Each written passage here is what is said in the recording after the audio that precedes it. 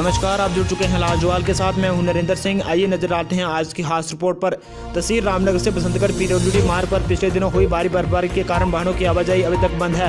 वहीं दूसरी तरफ विभाग द्वारा बर्फ कटाई जाने का कार्य जोरों शोरों से चल रहा है। इसी सिलसिले में जब लाजवाल की बात प्रशासनिक अधिकारियों से हुई तो उनका कहना था कि जल्द ही वाहनों की आवाजाही शुरू कर दी जाएगी।